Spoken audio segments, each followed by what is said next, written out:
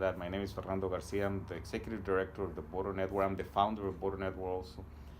Border Network was founded in 1998. And the purpose then, in today also, the purpose now is that primarily we dedicate our efforts to educate members of our community about their constitutional rights, both residents and citizens, and undocumented immigrants.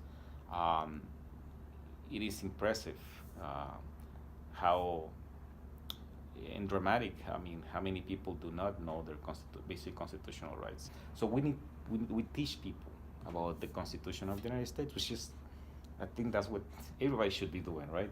So I think that is our main goal. The second part of our work is to document any abuses that happen to immigrants and border residents specifically by law enforcement agencies, local but federal law enforcement agencies at the border. But we had cases where in agencies there's always somebody that either by ideology or by idea say, well, that is a Mexican, I'm gonna mistreat them. So I think we document that and we make it public and we denounce it and we try to find a solution for that. So and that's the essence of our work.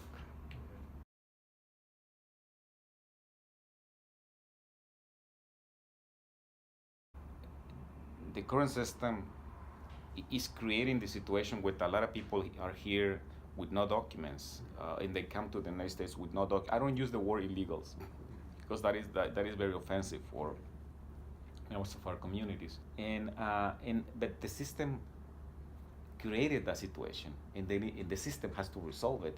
This is not about the immigrants; it's about the system itself. So for us, immigration reform encompassed two or three things. The first one is to legalize the ones that are already here, the 11 million, to give them the chance to become citizens, not right there in front of the line, not right away, but put them in a pathway to citizenship. That what that means is that we need to recognize that they are here, that they pay taxes, that we need to integrate them and give them some kind of temporary residency, permanent residency, and in time, citizenship. And the second element is to create this workers program where we bring the workers that we need legally with enough visas, right? That if we need 200,000 workers, then let's issue 200,000 visas. So we need to have really have a program that actually eliminates this idea that people would come between the ports of entry and sneaking into the United States with no documents. I think we don't support that.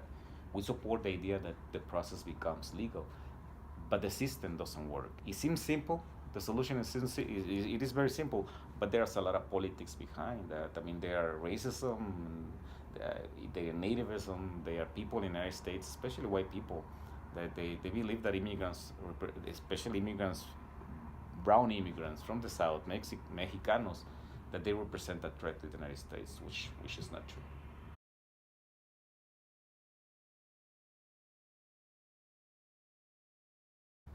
That is not going to happen. So in immigration reform, the way that we want it is not going to happen. There's going to be his immigration reform, which is totally the opposite. Trump represents that agenda that is anti-immigrant, that is xenophobic, and that is racist. He wants to do the opposite. He wants to cut legal, not only undocumented people coming into the United States with a so-called wall, but he wants to call legal migration. And he wants to deport 5 million people. He wants to separate children from their parents. He wants to actually create a deportation force, Germany type, right, to actually persecute immigrants in the United States. I mean, he represents precisely the opposite of what America is supposed to be, which is the land of opportunity for immigrants. Let's say that. So his immigration reform is border walls, the army at the border, deportation of families, separation of kids from their parents, in cutting legal immigration, not only undocumented immigrants. So that is a very racist and xenophobic agenda. So immigration reform, the way that we see it, the way that we want it, the way that the country needs it, is not going to happen under Trump.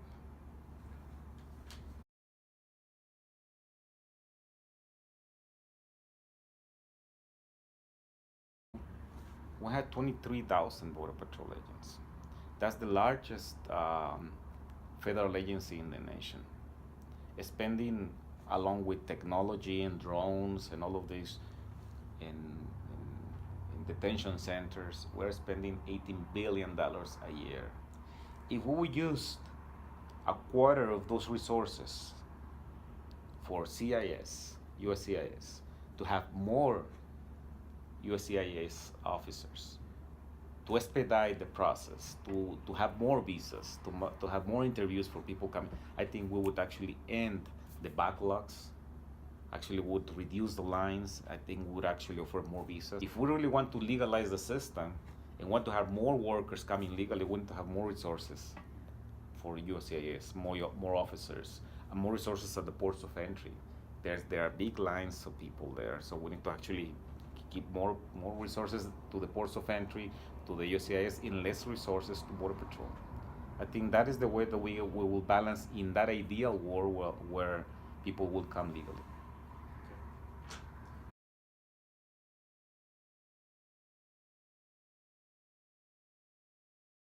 So it is not an easy decision to come to this country without documents. So you cannot blame them to say, why don't you come legally? First, because I explained, there's no way, there's no visas, it's a very difficult process, but there's a job waiting for them, right? I mean, but they need to go through all of these obstacles to make it across and then look for that job to come. So it is not a choice to come with no documents. I think that is the misconception. It's not like, well, now I'm gonna go into the United States and I'm gonna go with no papers. No, if people would have had the chance to come legally and a chance to get a visa, people would jump to that chance immediately, and the people would be just walking through the bridge, and that would be it. But that's not the reality.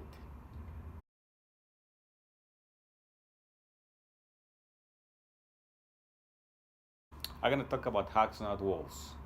So what we did is we work with Border Patrol, we work with the police departments, we work with the International Water Commission, to allow us to go to this part of the Rio Grande River right there in downtown El Paso and Juarez by the Santa Fe Beach, to allow us to use that space to bring families in the middle of the river to embrace for a few minutes.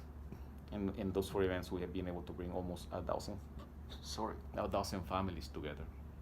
I mean, but that moment is an act of love. It's an act of humanity, but also it's a strong act of protest to the current immigration system.